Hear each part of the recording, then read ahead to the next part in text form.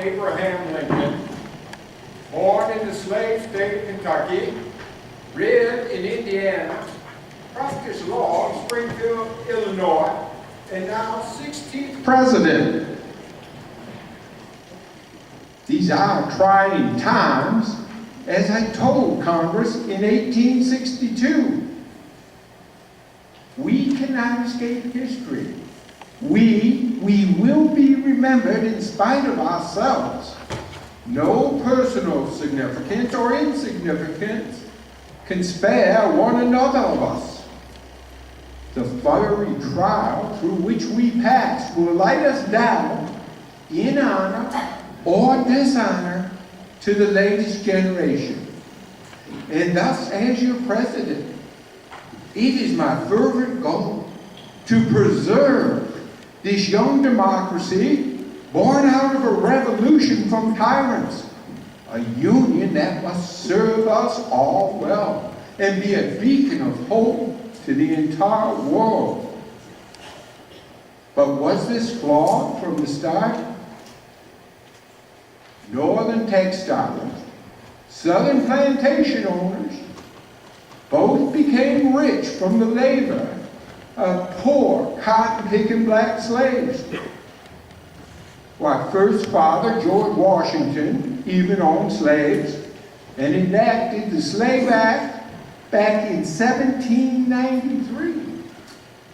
My mentor, also a poor farm boy from Kentucky, Senator Henry Clay, championed the Missouri Compromise in 1820, at least preventing the expansion of slavery into the northern territories. The nation existed as such until a senator from Illinois, my arch rival Stephen Douglas, pushed through Congress the Kansas-Nebraska Act. Now, personal sovereignty became the law of the land. Local folk would vote to be a free or pro-slave community. A massacre occurred in Kansas. Jayhawks fought against Missouri border ruffians over whether or not Kansas would be admitted as a free or a slave state. Things started to reach a boiling point, and then just 3 short years later, the Southern-dominated Supreme Court handed down the Dred Scott decision, basically saying slaves taken into free territories or states would never obtain their freedom, nor would they ever become citizens. And thus, in 1860, I ran as the presidential candidate of the newly formed anti-slavery Republican Party. I'm sure you can understand why many people despised me.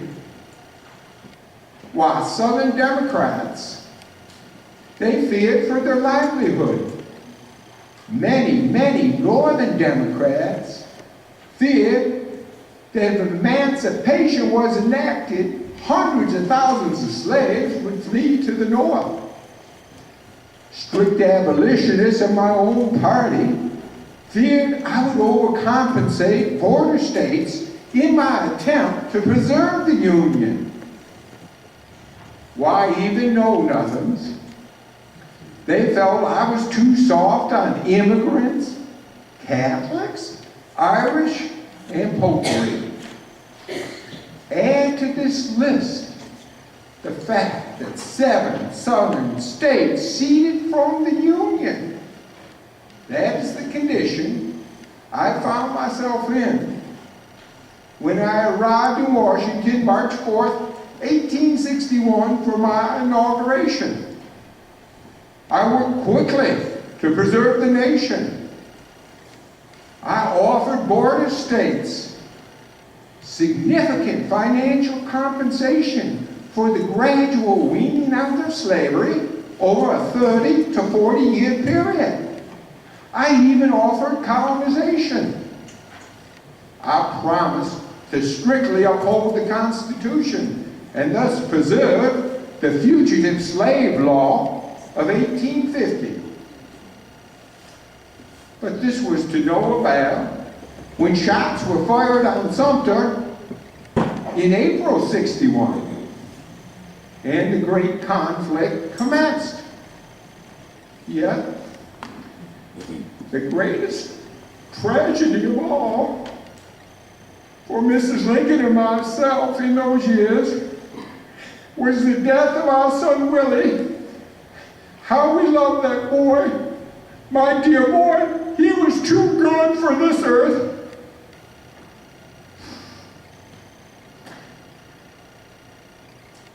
The war.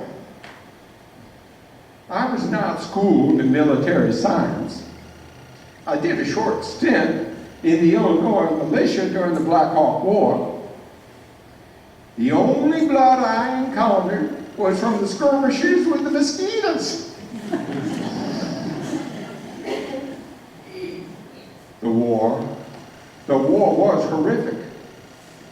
I hired a fired general. Every morning was spent at the telegraph office of the War Department taking reports. And every evening was spent in conference with Secretary of War Stanton. And many, many days were spent away from Washington visiting our troops. Eventually, from both sides, over 650,000 perished and over 1 million were sent home injured. The bloodiest battle of that war, 23,000 Union and 28,000 Confederate casualties, occurred at Gettysburg. General Meade led our Union troops. Lee retreated, never to advance north again. I traveled to Gettysburg, November 19th, 1863, to dedicate a national cemetery to our fallen heroes.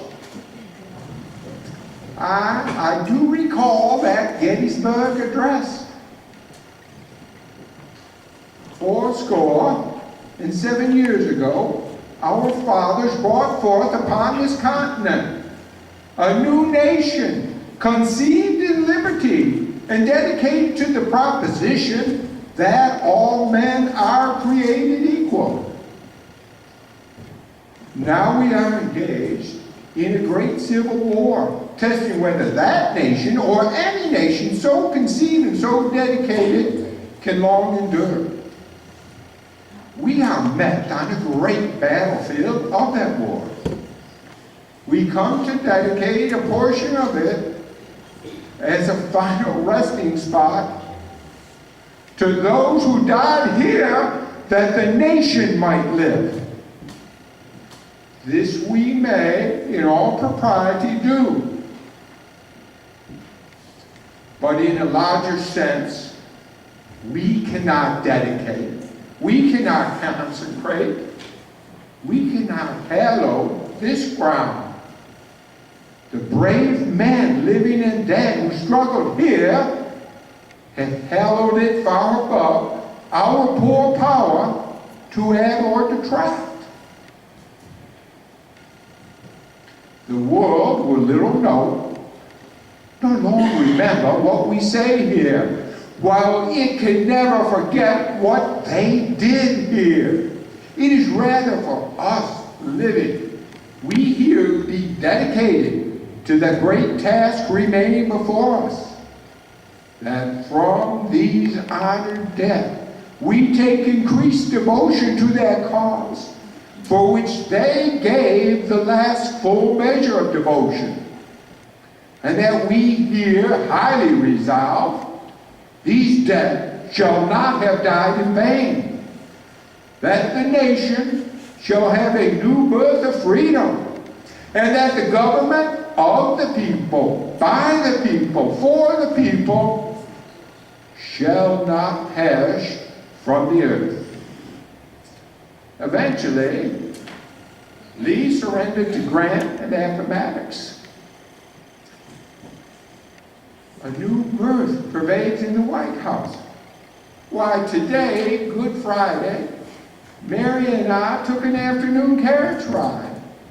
And tonight, we will attend Ford's Theater.